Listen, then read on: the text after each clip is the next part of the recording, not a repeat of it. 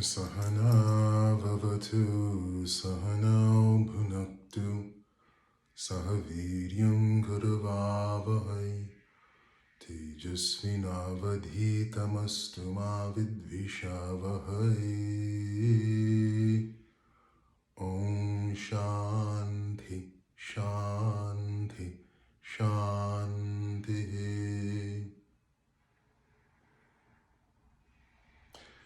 The Bhagavad Gita verse we're doing today is chapter 9, text 12.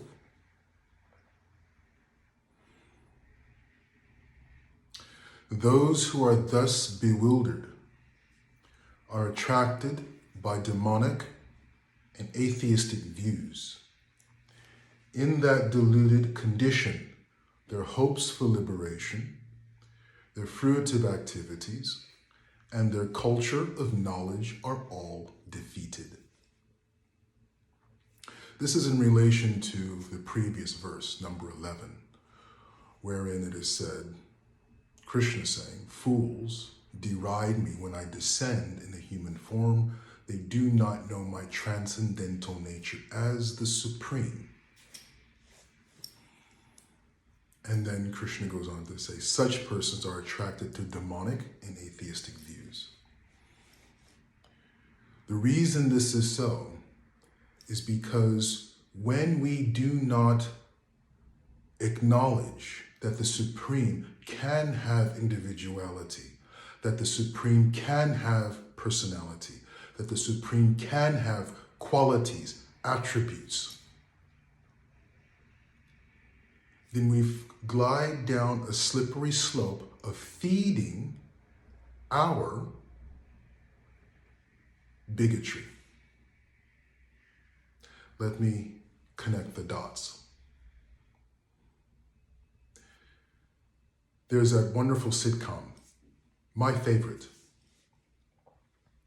All in the Family, back in the day, 70s, I believe. Archie Bunker, the meathead, and so on. So Archie Bunker, the character, he is a bigot, sexist individual. Lovable due to his absolute and total ignorance. But all the same, he's bigoted, sexist, and so on. And for him, God is white.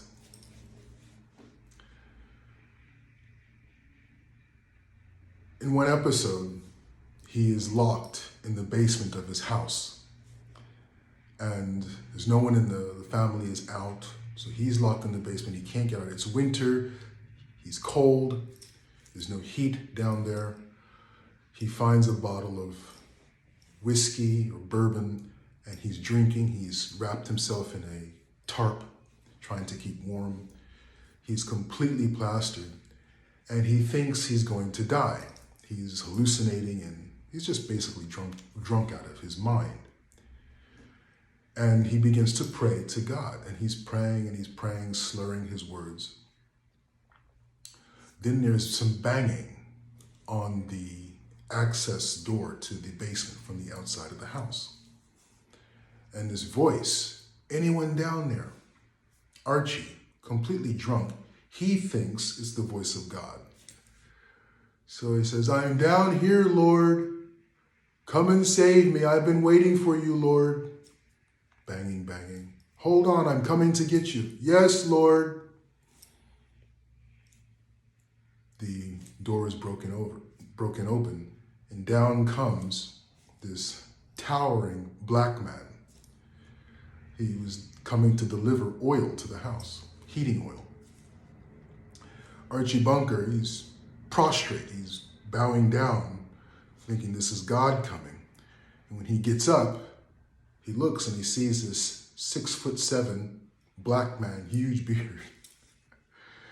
And his statement, his face goes blank. He's looking at this black man thinking, this is supposed to be God. And he says, all he can say is, "The Jeffersons were right, Lord." The Jeffersons were his neighbors who happened to be black. Because of our sexist nature, our bigoted nature, because of our traumas, experiences, because of our desire to feel comfort, we do not allow for the Supreme to have attributes. That's all it is. We have been traumatized by our experiences of relationships with other human beings. So we do not want to attach attributes to the Supreme, for fear that the Supreme, those attributes will be a cause for suffering for ourselves. It is the height of selfishness to strip the Supreme of personality, to strip the Supreme of individuality, to strip the Supreme of attributes, so that we feel comfortable with the concept of the Supreme. That is what is being said in these two verses. Such persons are called foolish, because the only reason why they do not allow for the Supreme to have attributes is to assuage their own selfish fears, vulnerabilities. They reach for atheism. They reach for a misrepresented view of Advaita Vedanta. They reach for all kinds of things that allow for the Supreme, if they even accept a Supreme, they want the Supreme to be featureless. God forbid, in the mood of Archie Bunker, the Supreme is black. God forbid, in the mood of a sexist person, the Supreme is female.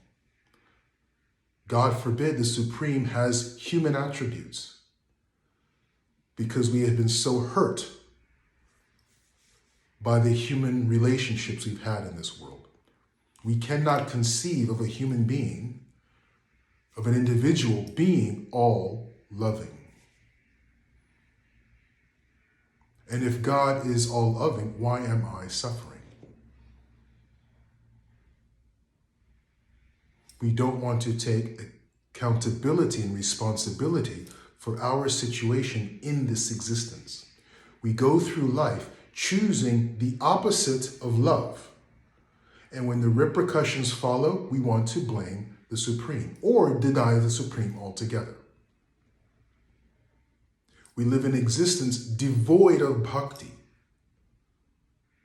And when the consequences of that existence comes back, those consequences also devoid of bhakti, we deny the Supreme or blame the Supreme. This is why, in the following verse, Krishna says, their hopes for liberation, their endeavors are ultimately futile, because they have not the ability to exist, to live in love.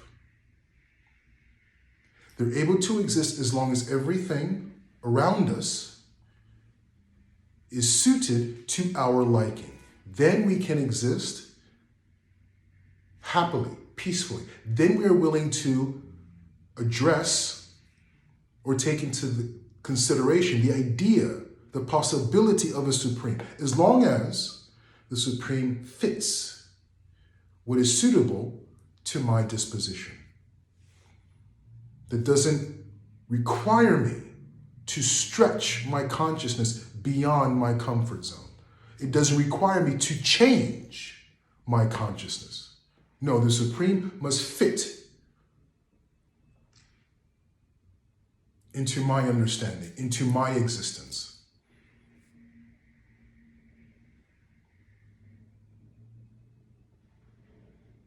So the activities, the hopes for liberation, their development of knowledge is hampered because essentially, on a fundamental level, they are incapable of stretching their consciousness to include a Supreme that has attributes, has qualities, has individuality. Because those qualities, that individuality, allows for something very, very special. It allows for a loving relationship with the Supreme. Hari Hari.